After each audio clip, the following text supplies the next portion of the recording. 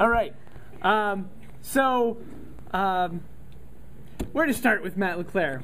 Matt is a board member of the Secular Student Alliance. He is also somebody who is very interested in getting his hands dirty and changing his world. I assume everybody has heard the story of the New Jersey high school student whose history professor was proselytizing very boldly and very openly in class and got himself recorded by a student. That was Matthew. Matthew's gone on to cause trouble by critiquing the global warming curricula in his social studies class. What is fascinating to me is that he frequently gets sort of painted as this horrible troublemaker. Oh, Matthew's always going against the grain and causing problems for everyone. Yet, when the Texas State Board of Education started to propose some absolutely zany changes to their social studies curriculum, rather than offering criticism from afar or going in some undercover mission to expose them, Matthew called them up and started a dialogue with them, which is what he's going to talk to us about, I understand. So please join me in welcoming Matthew.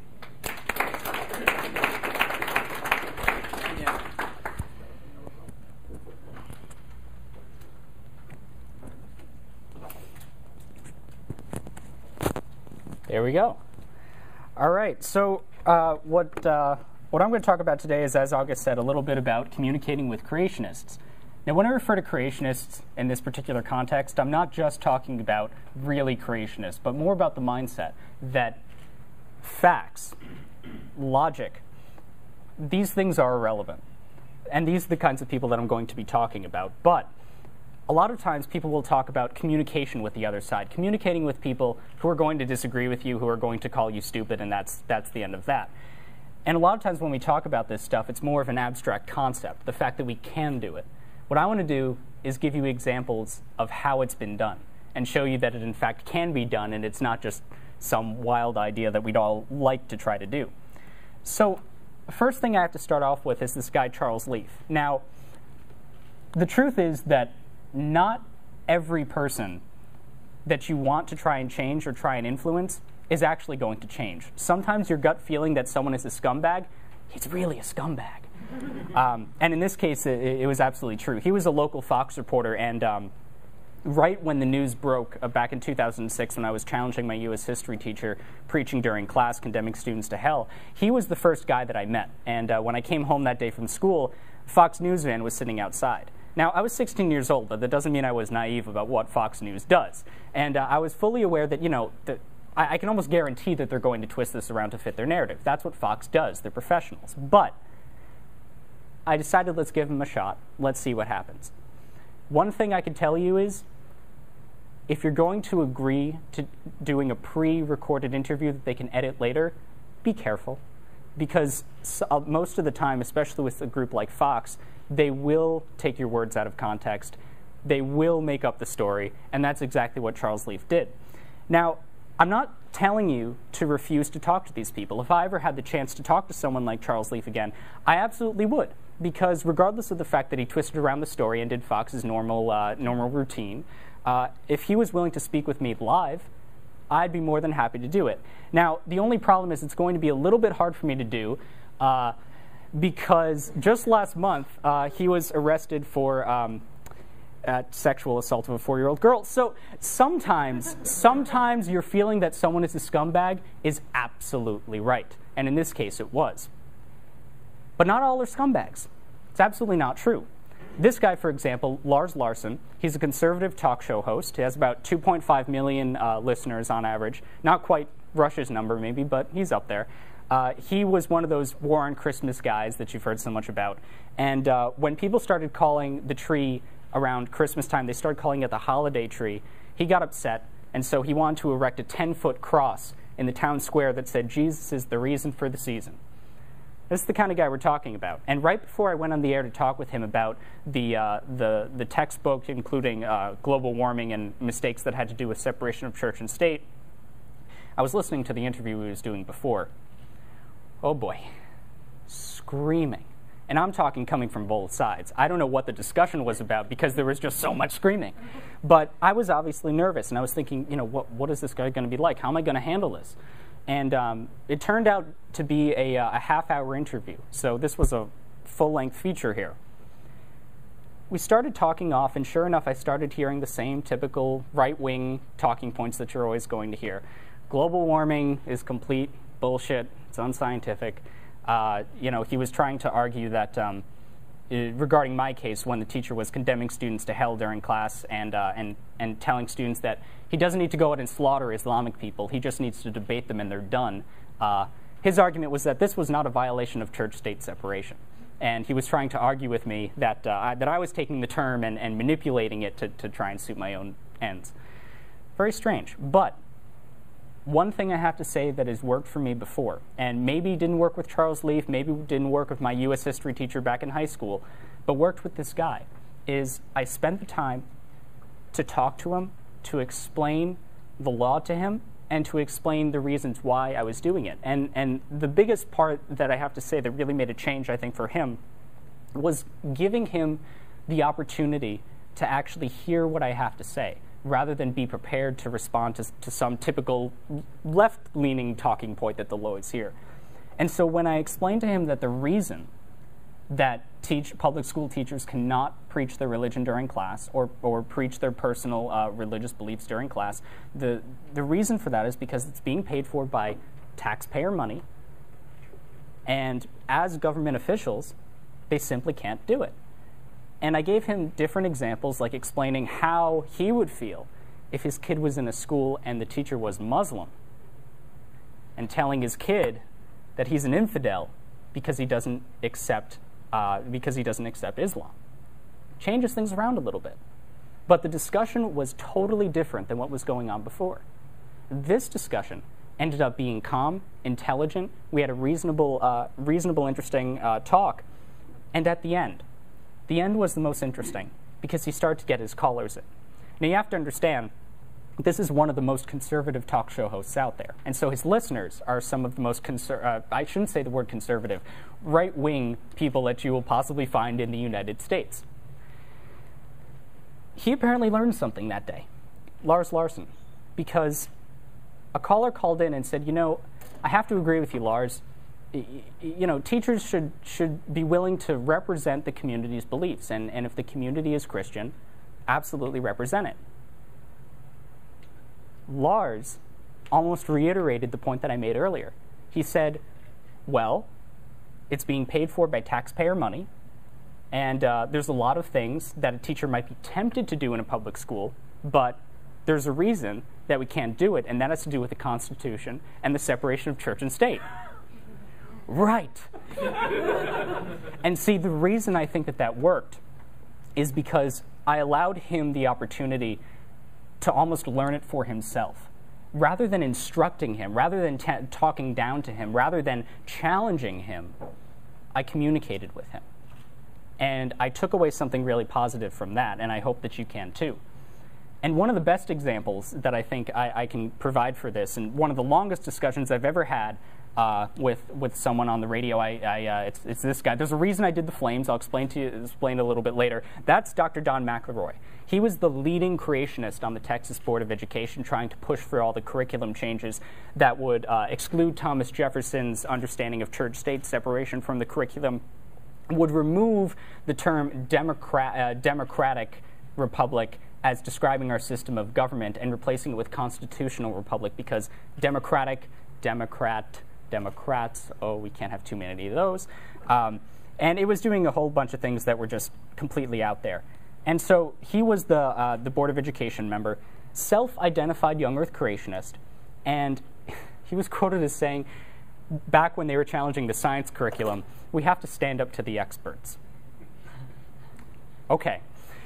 Now, he seemed like quite a character, almost a laughable guy, because anyone that's in a position of authority for teaching kids and says we have to stand up to experts in their field sounds a little bit silly.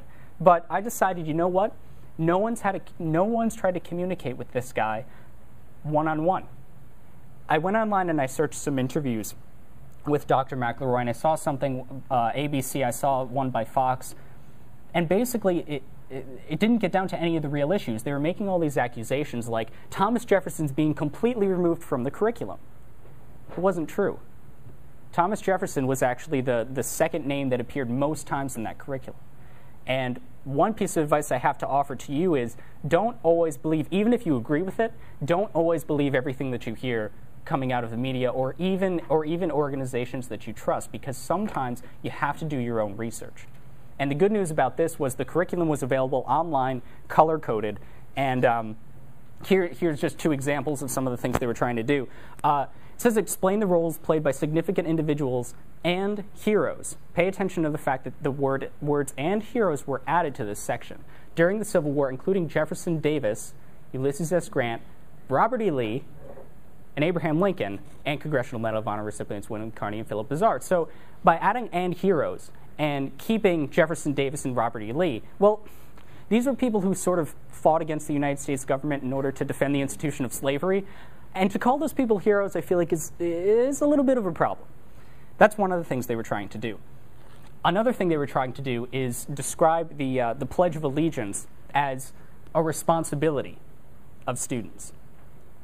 And anyone who knows the law knows that reciting the Pledge of Allegiance in a public school is not mandatory, it's not a responsibility. It's basically crap to say that. And the interesting thing was, in order to try and find out how to contact Dr. McLeroy, a lot of times you might think that these people who have been all over the news, they're really hard to contact, they're really hard to get in touch with. I did a Google search, and his cell phone number was online. And I called him up. I thought maybe this was the office or something. I called up and I said, "Hello, this is Dr. McLeroy," with his Texan accent, and I was a little bit stunned for a second. I had to gather my thoughts because I didn't expect it to happen so fast. But he seemed like a really kind man, and I told him that I wanted him to come on my radio show. Now, I didn't tell him what the radio show was, and I don't want you to take away from this that you should be lying to people when you try and talk to them or where you try to communicate with them. But sometimes omitting certain things is a positive. In this case, I host a radio show on WBAI. It's 99.5 FM out in New York City called Equal Time for Free Thought. I didn't mention that. I just said, I host this radio show on 99.5 FM. Would you like to come on? He was very gracious in doing it. And I told him my name, and that was that. Well, Dr. McLeroy apparently is somewhat of an intelligent man, and he does look things up. And he Googled my name. So when it came time for the interview, I was a little bit nervous because he had told me that he looked me up, he knew who I was, he knew I was this free thought student who, challenged this teacher. But he was still just as gracious. And we ended up, I had to include some of it online on our online website rather than just airing some parts live because it was such a long interview. He spent 2 hours talking with me and going over this curriculum. The part where they refer to Jefferson Davis and Robert E. Lee as heroes, he saw it as okay at first. We spent a good 10 minutes on that, and I explained why it was a bad idea, why it needed to be changed. He agreed with me. At the very end of the interview, when we went over this Pledge of Allegiance issue, as a high school student, I didn't stand for the Pledge of Allegiance. And my reasoning was that back in 8th grade, the year before, I saw a student who was sitting. The teacher walked over, forcefully picked the student up, pointed to the flag like this. And as soon as I saw this, I was getting a little bit nervous. And I was wondering, why is this patriotic custom, this supposed patriotic custom, causing so much trouble when a student is quietly minding his own business and not doing it? So all my 4 years of high school, I didn't stand. And I explained this to Dr. McLeroy, this young earth creationist from Texas. He stayed very quiet, didn't say anything. He let me explain my story. At the end, he agreed with me. Now, this wasn't a circumstance where he said, oh, I just didn't see it, or, oh, well, I guess you could see it that way. This particular example, just to give you one, was when he read it over with me, and I wish I could let you listen to the audio now. I can't, unfortunately, but what actually happened was you could hear him going through the document. He was prepared when he came to this interview. He brought just about 100 pages of curriculum with him. And when I explained to him my problem, he didn't just come back and spit out this right-wing talking point. He said, which section are you referring to? And you could hear him in the interview actually flipping through the pages, going to the section, reading it out loud. This was a teaching experience. This was education for both of us. Because as he explained to me on the phone later, not a single person who challenged the Texas curriculum ever brought the curriculum into the discussion. It was always just reports on the media, things that people had heard that the Texas Board of Education was doing. But when we actually got down to the real text, and we actually talked about this together, he changed his minds on some things. And when he went back to the Board of Education, he proposed some of the changes that we learned in discussing the show. Now, who would have ever thought that someone like him would be willing to do that? And as I explained at the end of the show, you know, honestly, I don't understand how someone can truly believe that the Earth is 6,000 years old, despite all the evidence showing otherwise. I can't explain it. But there's something about people that we have to understand, and that is that people are complicated. We are complex creatures. And there could be something where they seem absolutely wacky on the one hand, but you have to be willing to reach out and to give them some credit for being intelligent human beings. And if you do that, you can actually create change either on a personal level or on a much larger scale. Now, I'm going to be facing sometime fairly soon an interesting character that should be fairly exciting. Yeah, Bill O'Reilly, he's not, you know, see, the problem with Bill is that when you're making judgments about who you're going to talk to, who you're going to communicate with, if it's a family member that maybe you don't know so well, or it's some news reporter that you don't know so well, sometimes it's harder to gauge how it is that you're going to approach the situation. Because one thing that you should always do before approaching any particular media personality, or even a family member, if you can gather any information on that individual, it's key to knowing. Because if you know their style, if you know how they approach things, if you know how far they've gone in particular directions, you can then gauge for yourself how far you want to go, what key points you're going to have to get on, and sometimes what points you're going to have to avoid. And in this case, this was particularly about, Bill O'Reilly wrote in his book, Kids Are Americans Too, about that situation I experienced with my preaching teacher. And some of the things he said was that the teacher went way over the line, but Matthew stoked the fire. He also said that Matthew said the recordings were necessary because otherwise official would not believe him. Maybe he's right, we'll never know. Well, we do know because after, it was actually before he ended up writing this that we knew exactly how that would have turned out. And then he wrote this whole section too about how I should have done this particular set of things, which is actually exactly what I did. But regardless of that, you can read it in your as you're listening to me if you can dual task here. But the interesting thing that Bill O'Reilly does, and you have to realize this too about a lot of people, especially people who see facts and logic as secondary. They can be the most hypocritical people in the world. And if you're going to face that, use that to your advantage. Use hypocrisy to your advantage. Because sometimes, and I don't know if it'll work with Bill O'Reilly, I think Bill O'Reilly's had enough people facing him with all the hypocrisy that he's come up with, but I still hold out hope that that it can be shown to someone like him that he just goes a little bit too far, a little bit too wacky. And the reason I say that is because out in California, just 1 year after I recorded my teacher in class, a very similar case happened. A student in a public high school recorded his teacher, his atheist teacher. The student was Christian. And the kid immediately went to court, filed a lawsuit, all that stuff. And the funny thing is that this entire list here of things that I should have done in my case, I did them in that exact order. Exact order. The kid out in California, he didn't follow any of these steps. But Bill O'Reilly, when he invited him on the show, couldn't believe this. He said, you know, if I had known you just a few months ago, I would have put you on the cover of my book, Kids Are Americans Too. And the only difference was that I'm not a Christian. The student's a Christian. And so when you recognize these kinds of hypocrisies, and when you recognize that, you know, some people you might not be able to change, it means you have to be cautious. It means you have to be very careful. It means you have to think twice before agreeing to doing a pre-recorded interview that can be edited later. That's something I say, if you can avoid at all costs. Try and do it live. As quote Bill, some of you might know that. Do it live.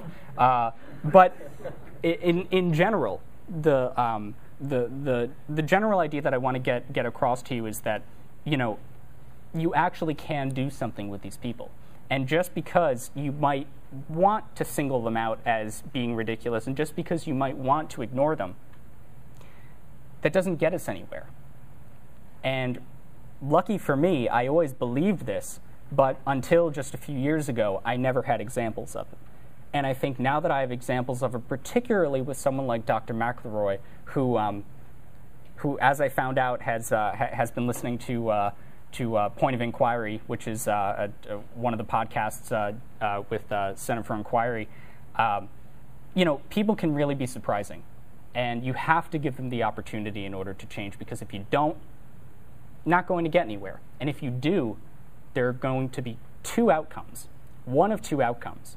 Either they're going to be just as ridiculous as they have been being with everyone else, and they're going to look completely foolish when you talk to them, or they might learn something. And I hope that you can get that second result.